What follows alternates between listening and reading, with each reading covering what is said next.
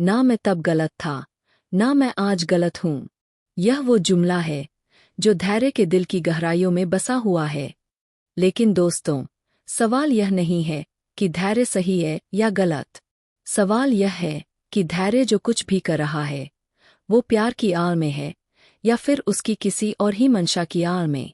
क्योंकि जो इंसान बाहर से जितना अच्छा दिखता है, दोस्तों, उसके अंदर का अंधेरा उतना ही गहरा होता है। और धैर्य के साथ भी कुछ ऐसा ही है। वो मन्नत के सामने हमेशा से एक ढाल बनकर खड़ा रहा है, हर मुश्किल में, हर तकलीफ में। लेकिन यह ढाल असल में एक जाल है, एक ऐसा जाल जो मन्नत को दिखता नहीं, लेकिन धीरे धीरे उसे अपने अंदर खींचता जा रहा है। अब बात करते हैं उस होली सेलिब्रेशन की जहां से असली खेल शुरू होता है। याशिका, मल्ला, ऐश्वर्या और विशाखा, यह चारों मिलकर एक ऐसा प्लान बना चुके हैं जिसमें मन्नत को खत्म कर दिया जाए। यह लोग इतने शातिर हैं कि इनका हर कदम पहले से सोचा हुआ है। होली के रंगों के पीछे इन्होंने मन्नत के लिए एक ऐसी साजिश छुपाई है जो किसी को नजर नहीं आई। लेकिन भाई, किस्मत को कुछ और ही मंजूर था। जब मन्नत पर यह हादसा होने वाला था, ठीक उसी वक्त विक्रांत वहां पहुंच जाता है और वो मन्नत को बचा लेता है। जी हाँ दोस्तों, विक्रांत ने मन्नत की जान बचाई। वही विक्रांत जिसके बारे में धैर्य ने मन्नत के कान भरे हुए थे, वही विक्रांत जिसे दुश्मन बताया जा रहा था। अब यहाँ पर एक बहुत बड़ा ट्विस्ट आता है। याशिका, मल्ला, ऐश्वर्या और विशाखा का यह प्लान तो फ्लॉप हो गया, लेकिन इन्हें अब एक नई बात समझ में आ गई, और वो यह कि विक्रांत भी मन्नत को कुछ होने नहीं देगा। क्योंकि आज भी विक्रांत मन्नत से बेपनाह मोहब्बत करता है। उसका यह प्यार कभी खत्म नहीं हुआ।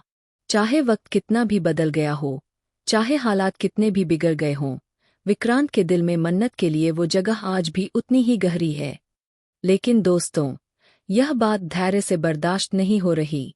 क्योंकि धैर्य मन्नत से बेइंतहा मोहब्बत करता है, और वो यह नहीं देख सकता कि मन्नत और विक्रांत के बीच कोई भी नरमी आए। तो भाई, अब यहाँ पर धैर्य का वो रूप सामने आने वाला है जो अब तक किसी ने नहीं देखा। वो अच्छाई जो धैर्य ओढ़े हुए है, वो अब धीरे धीरे उतरने वाली है। और जब यह चेहरा उतरेगा ना दोस्तों, तो मन्नत की आंखें खुलती रह जाएंगी। क्योंकि असल धैर्य वो नहीं है जो दिखता है। धैर्य का एक अतीत है, एक काला, दर्दनाक अतीत जो उसने सबसे छुपाया हुआ है। उसने पहले भी किसी से मोहब्बत की थी, और उस मोहब्बत का अंजाम इतना बुरा हुआ था कि वो इंसान आज इस दुनिया में नहीं रहा। और उसकी वजह कोई और नहीं, खुद धैर्य था। यही उसका साइकोपन है, यही उसकी असलियत है। और अब वही खेल वो मन्नत के साथ खेल रहा है, बड़े प्यार से, बड़े सब्र से, बड़े धैर्य से। अब दोस्तों, बात करते हैं नीतू की। नीतू जो अब धीरे धीरे ठीक हो रही है। उसका इलाज हो चुका है, और वो अब उस हालत में है कि सच बोल सके। और यही सच सबसे बड़ा बम है इस पूरी कहानी में। नीतू जानती है वो राज जो अगर विक्रांत तक पहुंच जाए तो पूरी बाजी पलट जाएगी। वो राज यह है कि दुआ, वो मासूम बच्ची जिसे धैर्य अपनी बेटी की तरह पेश करता है, असल में विक्रांत और मन्नत की बेटी है, धैर्य की नहीं। जी हाँ दोस्तों, यह वो सच है जो धैर्य ने इतने सालों से दबाकर रखा हुआ है। क्योंकि अगर यह सच सामने आ गया तो धैर्य के पास मन्नत को रोकने का कोई भी बहाना नहीं बचेगा। उसका पूरा खेल चकनाचूर हो जाएगा।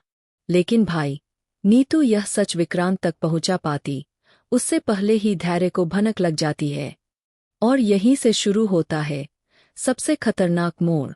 धैर्य जो है, वो यह बर्दाश्त नहीं कर सकता कि नीतू मुंह खोले। क्योंकि नीतू का मुंह खुला तो धैर्य का सब कुछ खत्म। उसकी वो झूठी अच्छाई, उसका वो नकली प्यार, उसका वो दिखावटी दर्द, सब कुछ बेनकाब हो जाएगा।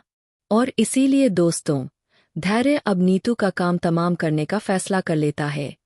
वो इंसान जो बाहर से इतना शांत, इतना सहनशील, इतना समझदार दिखता था, उसके अंदर का वो राक्षस अब बाहर आ रहा है। और यह राक्षस रुकने वाला नहीं। अब यहाँ पर एक और बड़ा सवाल उठता है दोस्तों। याशिका, मल्ला, ऐश्वर्या और विशाखा, यह चारों पहले से ही मन्नत और उसकी फैमिली को बर्बाद करने में लगे हुए हैं।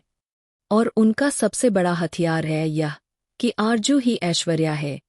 यह सच कभी मन्नत तक पहुंचे ही नहीं। डीएनए टेस्ट नेगेटिव आ चुका है, सबूत मिटाए जा चुके हैं, और मन्नत चाहे जितना यकीन करे, उसके पास अब कोई ठोस सबूत नहीं बचा। लेकिन मन्नत हार नहीं मानती।